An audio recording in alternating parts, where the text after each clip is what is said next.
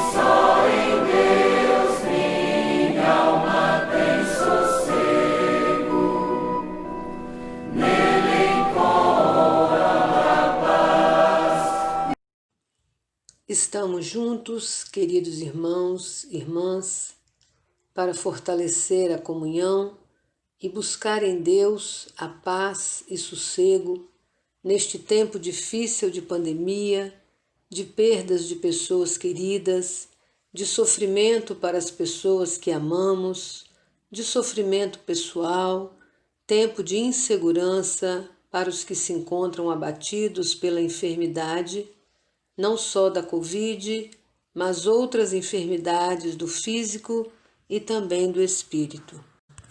Vamos dedicar nossas orações, carinho e solidariedade para a família enlutada dos amigos da irmã Neilde, o casal Jaciara e Jaiminho, ambos falecidos esta semana após uma internação em decorrência da Covid-19. Sabemos que a dor dos familiares deste casal é a dor de milhares de pessoas mundo afora. Estamos ainda, até que a vacina seja descoberta e acessível a todos, vulneráveis ao coronavírus e precisamos atuar com responsabilidade no cuidado pessoal e no cuidado com as outras pessoas. Os recursos do uso de máscara, afastamento físico e higienização são os que sabemos têm apresentado o melhor resultado até então e deles não podemos abrir mão de jeito nenhum. É um dever cristão fazer uso desses recursos, orientar os que conosco convivem para que façam o mesmo e, quando possível, nos engajarmos em todo tipo de ação solidária que vá nessa direção. Estamos todos sedentos, sim, de um encontro, um abraço, mas ainda não é possível esta ação. Cada vez mais a atuação do vírus se aproxima de nós.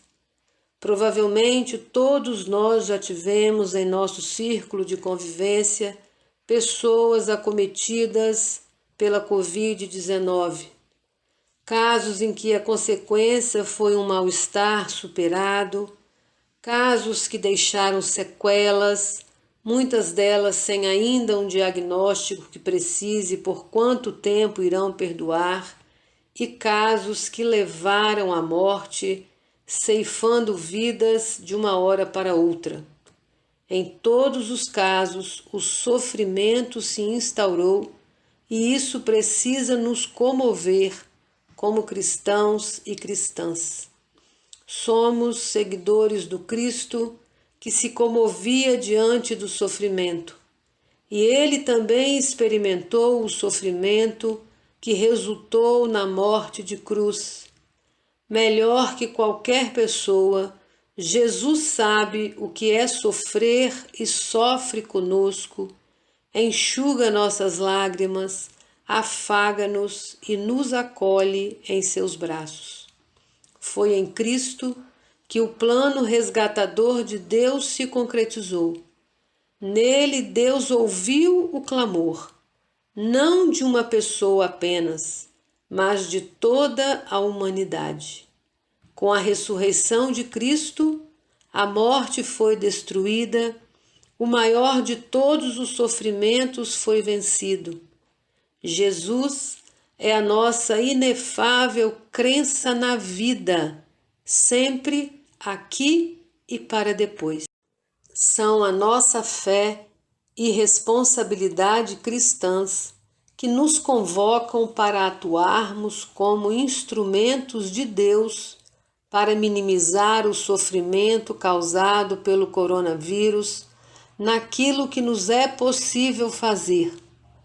Nesta triste conjuntura em que nos encontramos imersos numa sofrível pandemia que já levou à morte mais de 1.300.000 pessoas no mundo todo, sendo quase 4.000 no estado do Espírito Santo, o qual só na última quinzena perdeu 154 pessoas para a Covid. Se sabemos que o uso da máscara e a manutenção do afastamento físico são fortes aliados para a prevenção e cuidado com a vida, é preciso nos comprometermos com essas ações em fidelidade à fé que professamos. Parece pouco, não? Mas lembremos que Jesus nos convida a sermos fiéis no pouco. É só revermos a parábola do Evangelho de domingo passado, em Mateus 24, 14 a 30. O uso da máscara e o afastamento social não é pouco não, irmãos. Precisamos fazer uso daquilo que até podemos achar que seja pouco. É inadmissível andarmos pelas ruas e vermos pessoas sem máscaras, vermos aglomeração, festas, encontros, situações que sabemos não cooperam em absolutamente nada para minimizar a disseminação do vírus, pelo contrário, só ajuda a aumentar. Não podemos, como cristãos e cristãs, estarmos no grupo dos que agem dessa forma. Pela fé, sabemos e podemos afirmar que Cristo vive e que nele há consolo, força e restauração. Que a fé em nosso Redentor Jesus Cristo nos ajude em nosso sofrimento. Que possamos ir ao encontro das outras pessoas, levando no coração palavras de consolo e de esperança de vida. A oração é também um caminho que nos leva ao encontro do outro, ao encontro do irmão e da irmã que estamos fisicamente afastados, mas que mantemos comunhão. Nesta noite em especial, vamos lembrar de nossos irmãos e irmãs que estão enfermos, como é o caso da diaconisa Ormandina, que está em casa, sob os cuidados dos filhos e da filha. Nossa irmã Ormandina está provavelmente acometida por uma dengue, ou então também pode ser uma sinusite. Está ainda em processo de avaliação do que está acontecendo com a sua saúde. Que nosso carinho e oração acompanhe a nossa irmã Ormandina e também acompanhe nossa irmã Quirênia, que está se preparando para mais uma cirurgia. Possa o Senhor fortalecer seus pais e familiares no cuidado para com ela e também para com suas filhas, Nina, Júlia e Lívia. Que a graça do bondoso Deus seja sobre a família da nossa irmã Diaconisa Fernanda, principalmente com seu esposo Bruno, restabelecendo sua saúde plenamente. Rendamos graças, queridos, graças a Deus pela vida de Bernardo, que hoje aniversaria. Que sua vida continue guardada na amorosidade do nosso Deus. Também agradecemos a Deus a vida de nossa irmã presbítera Anita, que aniversariou no último domingo. Graça e paz para esses queridos irmãos. Nossa irmã Evangelina, precisamos continuar a orar, a entregar aos cuidados de Deus a sua vida e todo o seu tratamento de saúde. Vamos orar pelos nossos lares, pela igreja e suas lideranças, pelo nosso país, pela triste realidade do estado do Amapá, com essa situação de abastecimento de energia praticamente interrompido há mais de 15 dias. Oremos pelos enlutados, pelos desempregados, pelos que estão envolvidos nos mais diversos tipos de sofrimento que deixam a alma abatida. Que o Senhor abençoe e guarde cada uma dessas pessoas, cobrindo-as com sua misericórdia, restaurando a esperança e as envolvendo com a sua paz. Que em nossas orações coloquemos todos nós sob os cuidados de Deus, em confiança e fé.